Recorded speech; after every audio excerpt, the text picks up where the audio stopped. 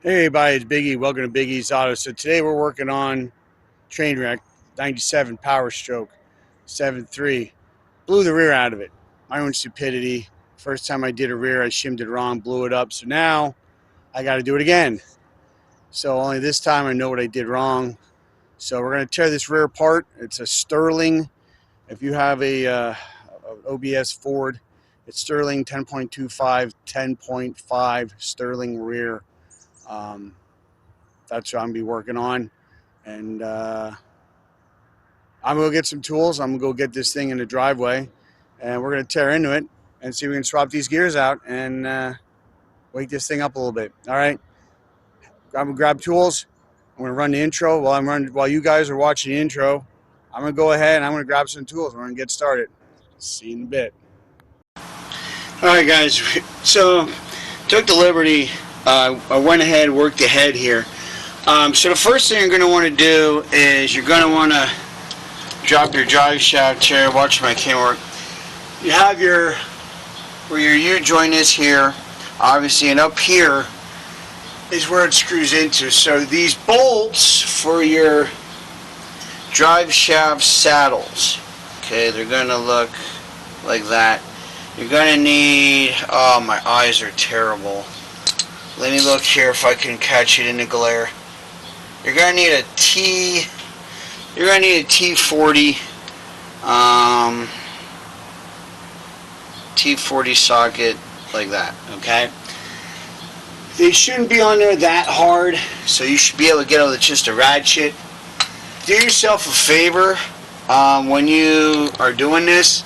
These caps are going to want to come off, so you can either use electrical tape and tape them, or put a zip tie around like I did. I have a zip tie here. I'm trying to get the camera to hold that together. Now the next thing is this yoke has to come off, so you have to loosen this nut, which I already did on that. And that you're going to need a, I wish my vise were good. A 29 millimeter socket is what you're going to need, and a 1/2 inch impact should be able to get that off. So we're going to take this nut off. It is a lock nut with a whole deal like that, okay.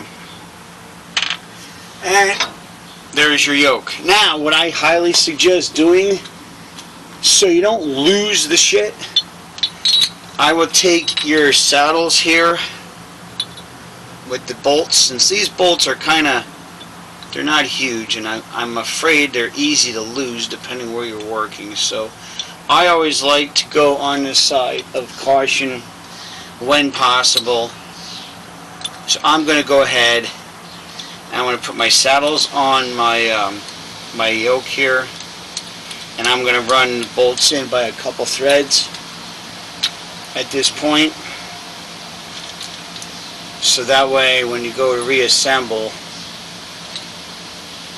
you're not making up curse words because you lost the bolts, and now you got to figure out what size bolts you need for this thing. So where they say an ounce of prevention is worth a pound of cure. So yeah, this might be a little time consuming to do this right now, but trust me, it's going to be worth it, because I know isn't tightening. There we go. Voila. So that's all the good. So just inspect it. Look for any obvious signs of catastrophic failure, which I don't see. There's no scoring. Everything looks smooth. It's good. So we're going to set that to the side. So now what I'm going to do is I'm going to go to the back. Right now, with that nut off, we're going to take the carrier out. When we take the carrier out, the pinion should come out also. Now remember, we have the truck on the ground, so that way we can use the weight of the truck with the tires to hold everything in place, so we can break the nuts and bolts loose. Chalk your wheels, because once you disconnect that drive shaft, it's like it's in neutral. Okay, so chalk your wheels, whatever you need to do. And I'm just trying to make sure I have all the safety stuff. I don't want you guys getting hurt out there doing this. I have my wheels chalked. Obviously, if not, my head would be crushed right now. But So we're ready to go to the back, and we're going to go ahead and check that out, and I'll show you how to get that apart. Alright guys, so what I forgot to say was we have to pull the axles on the Sterling rear, because if we take the center caps off and then pull the axles, it's going to drop out, possibly damage the carrier. So while we still have the carrier, the caps, the carrier bearing cap bolts, I guess is, I hope I don't have to say that again today.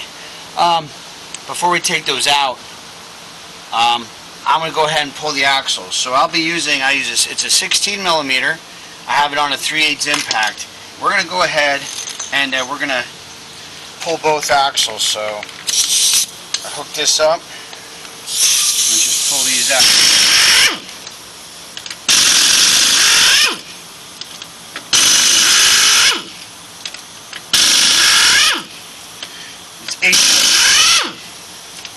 Now,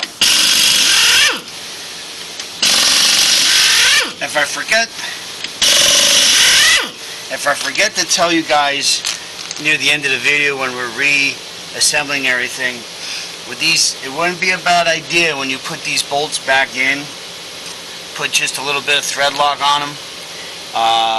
They do have a tendency, I don't know if it's the harmonics of the rear or what it is, but they have a tendency to loosen up, and then if they fall out and you don't notice it and that thing walks, it's going to totally wreak havoc on your rear. So might not be a bad idea when you reassemble these bolts and hold your axles, put a little dab. I would use the blue thread lock, put a little dab on there, just make sure it don't vibrate loose.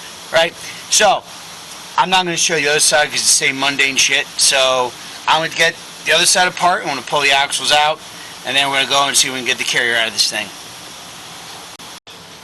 Alright, so we have the axles out. We have the pinion nut off.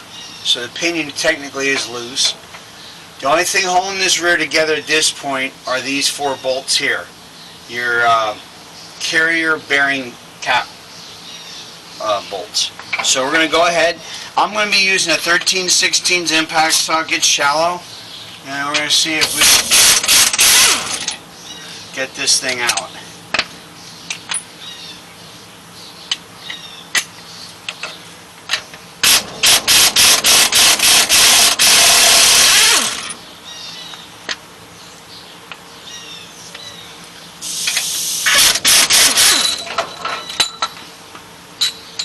That would be a good idea. I don't know if these are side sensitive or not, but I always try to keep it the same or as close as.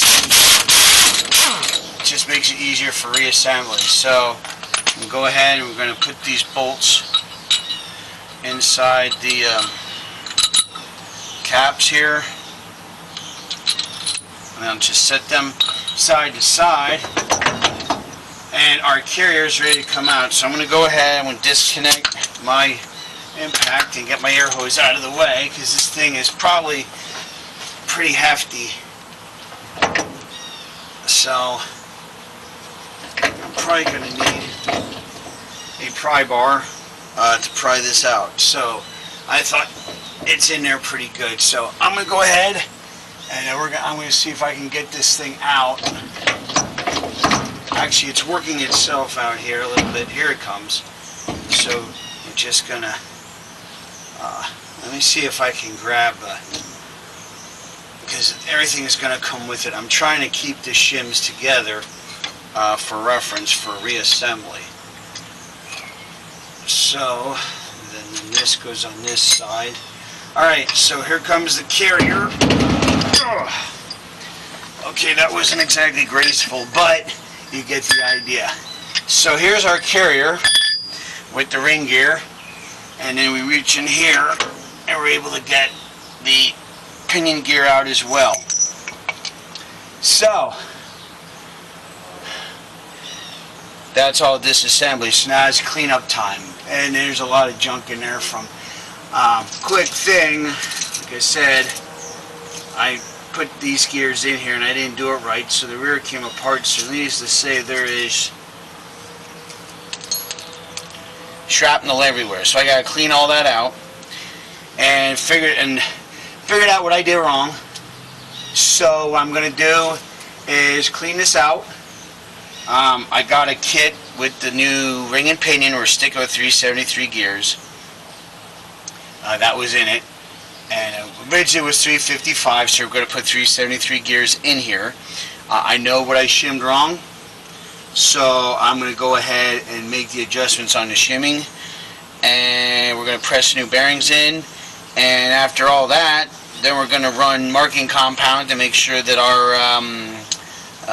our wear pattern is where we want it on the gears, so that way we don't have this shit happening again. So hang in there, and I'll be back. Alright guys, so hopefully you're not probably going to see the top of my head here, and that's probably not a bad thing. So basically we got our old ring gear off. We have our, let me see if I can get you a little better here. So we have, this is our carrier. We have our ABS ring. Little bit of a tip here when you're taking your old one off. Okay, as you can see, this is the old one. It's got some dental issues, teeth missing. Kind of looks like the queen of the local trailer park, but anyway. So, do yourself a favor. Don't make a $100 mistake. Don't just use a hammer and think you're going to beat the ring gear off. You're going to hit this. This is your ABS toner ring. You hit even one of these teeth, pardon my French, but you're fucked. Okay, you're going to have to get a whole new ring and have it pressed on and everything like that. So do yourself a favor. Use a punch. Okay, you put it in there. Use a punch. Get a BFH, big fucking hammer, and fucking you wail. And I go here and I go across. I do like an X pattern on until, and it'll pop off. It will pop off, trust me. Now, as far as installing it, I have my handy dandy half-inch impact with a 19mm socket, deep well on it. So I'm going to go ahead and I'm going to pull the ring gear up. I'm going to try and line it up. And I'm going to try and start a couple bolts by hand. Don't just send it with a fucking impact and cross thread the living shit out of it. You're going to fuck it up then. So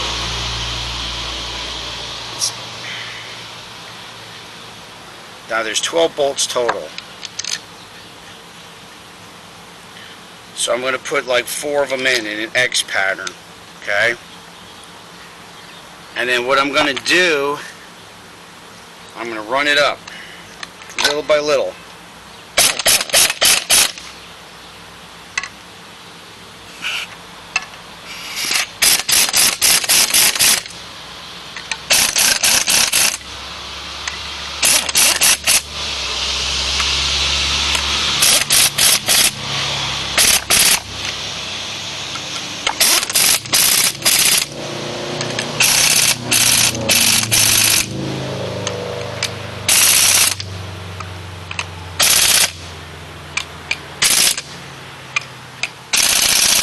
Alright, now that is sucked up into place, so what you can do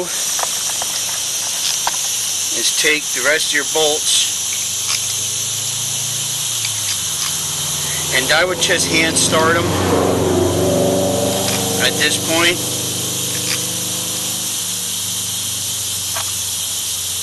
Double check your threads are clean.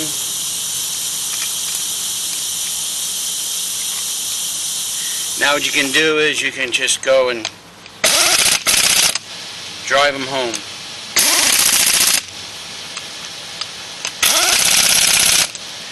There's a torque spec on it before. I don't fucking know what it is. I just run it in. Use the Ooga Dooga method.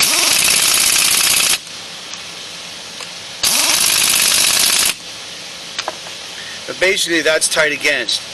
So that's basically ready for install. So what we're going to do is we're going to leave this sit here. Now what we got to do is we got to go inside and we got to get the pinion ring, the pinion gear set up on the shop press. So I'm going to set this to the side and then we're going to go and we're going to go get that started and set up. Alright guys, so we're back here. So we have our unit set up here. I'm having a problem a little bit with the hydraulic pressure for whatever reason, so let's see what I can, hopefully it won't become an issue. We're going to jack this up against the threads of the pinion gear, and we're going to go ahead and we're going to press this bearing. I don't know if you can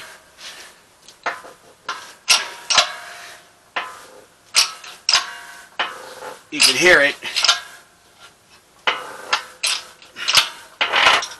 Oh, good.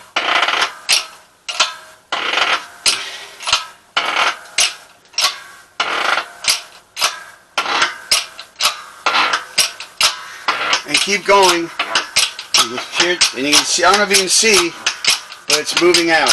There it goes. Just dropped out at the bottom there.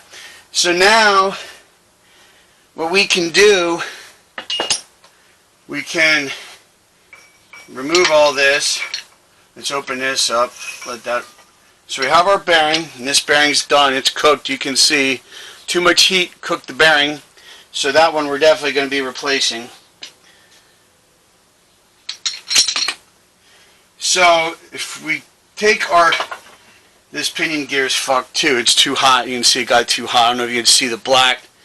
But here's your shims right in here. So we're going to go ahead and we're going to use those. So like I said, we're going to put two of them on.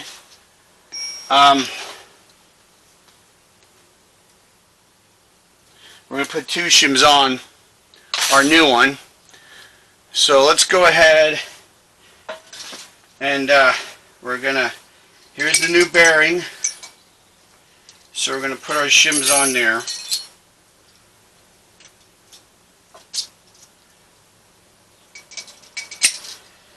So now, what we're going to do, we have to press that bearing on. So what I'm going to do is, let me get this apart first. Let's say camera angle 6, but we have to flip it upside down. So what I'm going to do is, let me just double check, make sure, yeah, I want to do it like this. So we're going to take our bearing separator, and we're going to have it tight against your shaft here. Okay? So that way when we press, we're not pressing on the outer race of the bearing, we're actually pressing on the meat of the bearing. So you want to get that, you know, as close. You probably want a little bit of, you don't want it tight on that shaft because then it might bind up when you press it. But you want to be on that center ring of the pinion bearing. That's the meat of the bearing. If not, you could have some damage, and you don't want to do that. So let's bear with me to get this set up.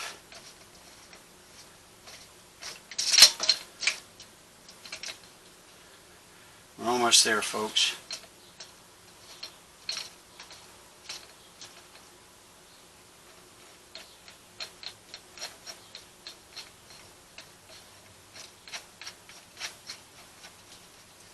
Alright, so what I'm going to do is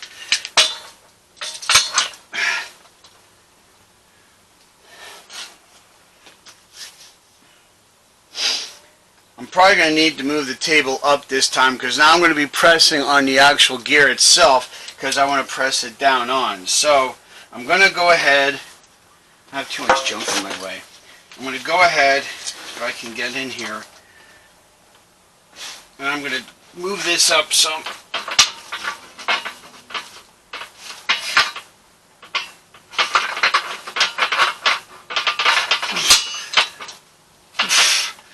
These Harbor Freight stuff sometimes is a pain. So, alright. So there we go. Let's center that. Okay. Make sure this is tight. And maybe when we're going to go ahead, let's see if I have enough travel to press that on.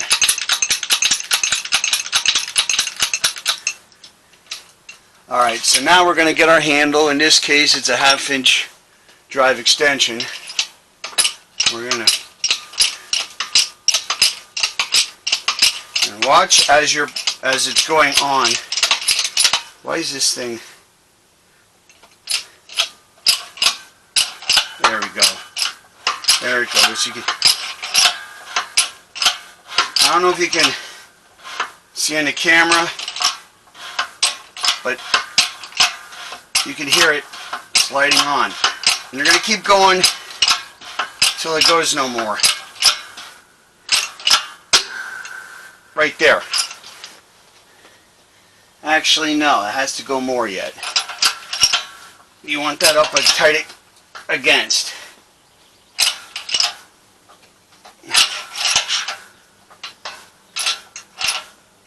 Yeah, it's still going.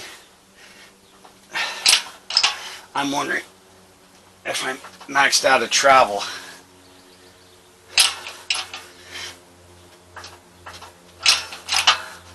I think that's what I'm up against. Ooh, we're getting there. It just had to reset itself. Alright, you get the picture. I got to reset. I have to put some sort of a spacer in there so that way I have enough travel to get this all the way on. Because it's close, but it's not there. So I'm going to go ahead, I'm going to reset this up, I'm going to press it all the way on, and when I come back we're going to go ahead and see about putting this back in the truck. Alright guys, so here we are, we got our pinion gear here, okay? We were able to get that bearing pressed on all the way. Now, I did put grease in there, in the bearing. I don't like to put anything together dry. I don't know how long it takes till that bearing gets gear oil, so I put grease in there just for initial whatever. Now, however, I am going to replace the front bearing as well because that showed heat fatigue. So I did have a new bearing and I did grease it up. Okay, so that way it's not completely dry. Now, what I am going to do now, this is the tricky part, is I have to pull, I have to somehow reach up into here.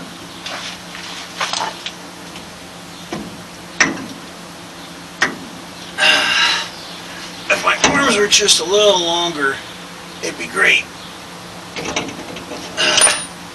I might have to switch hands here. Watch out, guys. Alright, so that is up in there. Now, I make sure I have a hold of it, not that I lose it. Now, it's not a lot of room under here.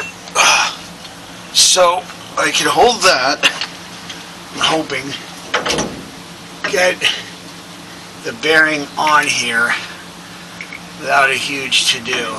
I'm hoping. I'm thinking it's going to be a big deal, so I'm going to have to let it fall a little bit. I got to reverse backwards here. So we'll do that, push the pinion up into the race, and then see if we can get, I don't know, get that in there.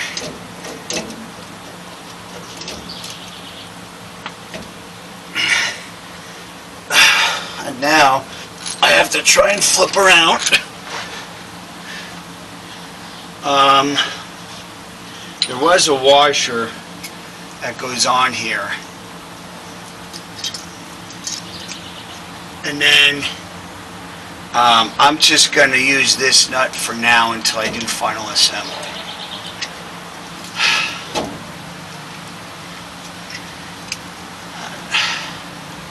So I don't like the way that bearing's fitting. I may have to sand a little off, polish up that shaft so it slides on. I don't know. That should be sliding over. It's weird because it's their kit and it's not sliding on.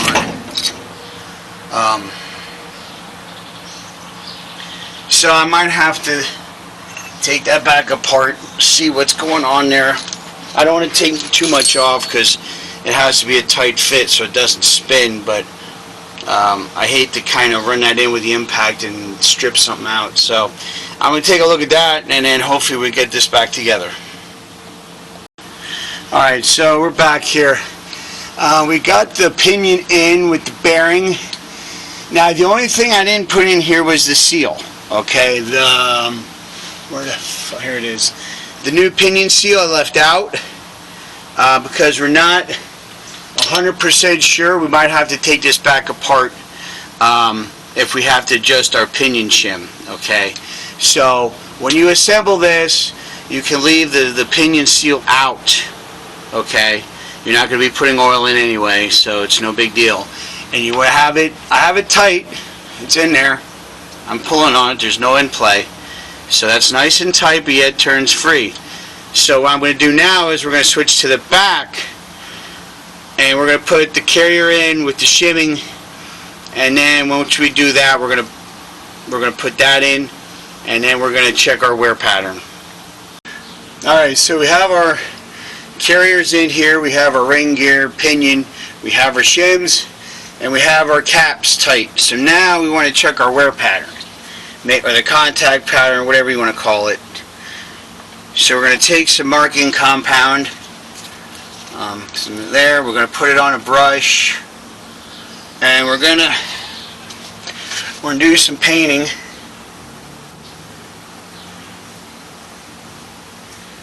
Do like 3 or 4 so you can get a good read on what it's doing, where it's contacting at. That way we know which way we need to shim. I'm hoping we just maybe have to do side to side. I'm hoping we don't have to rip everything apart for the pinion. So now that we have that done, we're going to rotate that around and see if we can find out where our contact pattern is. So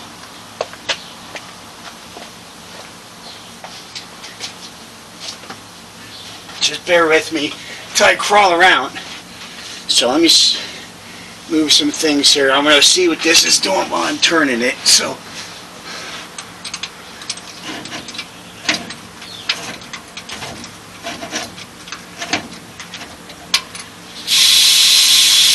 that's wonderful.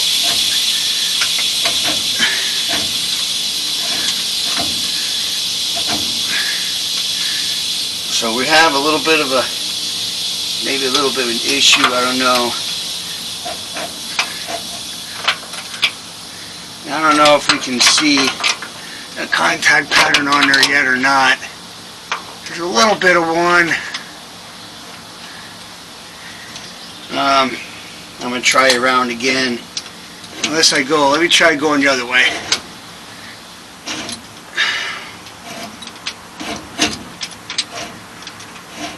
There we go.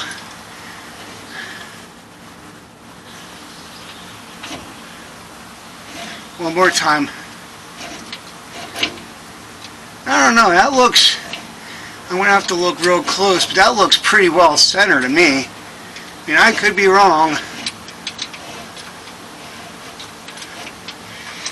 Let me stop it right there.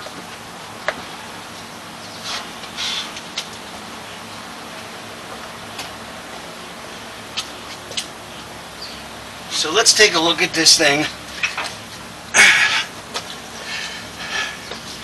Looks like it's looks pretty center as far as our left to right. It actually looks not too bad front to back.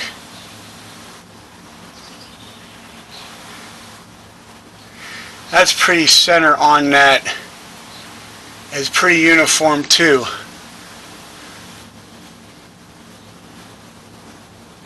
I can live with that. I don't think we're going to get a better contact than that. That's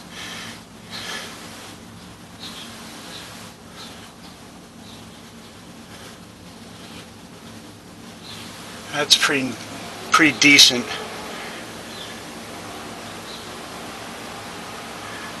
Yeah.